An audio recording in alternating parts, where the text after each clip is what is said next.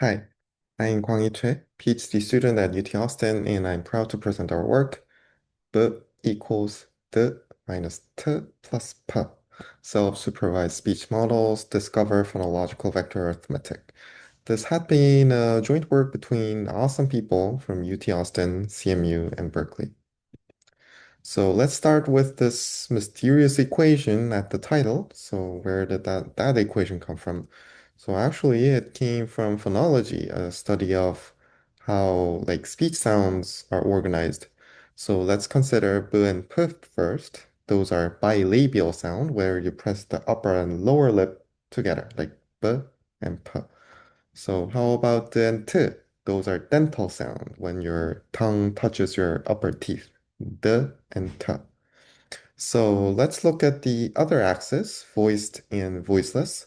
So when you touch your throat, you can feel the vibration for voice sounds, b and d, and vice versa, for p and t. So that's how that equation is derived through phonology. So, and let's also briefly go over what self-supervised speech models are. So the basic idea is like it starts with speech-only data without any labels and such. Then we mask the random part of the speech and we feed the masked audio to transformer and make the transformer to reconstruct the masked portion of speech based on its surroundings.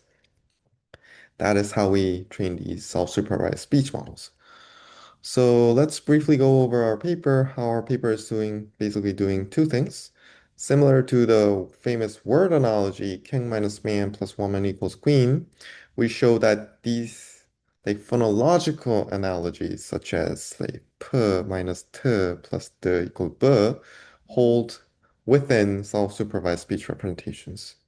Next, we use those analogies to edit existing speech in a controllable way. For example, we can extract a voicing vector within those analogies, and by simply adding the vector to the self-supervised representation, we can make those, for example, voiceless phone to voice phone, such as like pit to bit. So let's summarize the experiment one first. We've briefly discussed these type of like phonological analogies, right? We can think this, but in a self-supervised representation level, like this counterpart. Then the question of whether phonological analogies exist within self-supervised speech representations boils down to a simple validation of checking whether this cosine similarity between the representation from B and the representation from P plus D minus T is high or not, or similar enough or not. So basically, we'll be comparing that cosine similarity with two baselines, the upper baseline, which compares the same phone but from different utterance, and the lower baseline, which compares the phone with another random phone. And our paper actually showed that this inequality indeed holds. In other words, these analogy-driven cosine similarity was in between those lower and upper baselines. So let's go over the second experiment too. We define the phonological vector by simply gathering all the sounds with and without such phonological feature. For example, for the voicing vector, the blue vector above in the figure, we can gather all the voiced phones and all the voiceless phones and subtract those two averages. And using that vector v, we edit this representation, simply adding that vector in between the time range. For example, in the figure above, we're adding only to the third and fourth frame only. And here, the lambda hyperparameter is controlling the strength or the scale of the voicing vector. And finally, we are inverting this representation back to the original speech to verify whether it is indeed being edited in the way that we expect them to.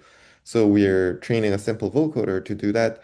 And we actually showed that this works both quantitatively and qualitatively following like linguistic intuition. For example, if we apply this voicing vector to a voiceless phone, it becomes a voice phone, like pit to bit. So actually, you can test the speech editing experiment right now with this demo here. So feel free to play around. And so to summarize, we do two experiments yielding two conclusions in terms of phonological vectors. So vectors can be decomposed into direction and scale, right? So basically our paper was actually looking at these two, direction for experiment one and scale for experiment two.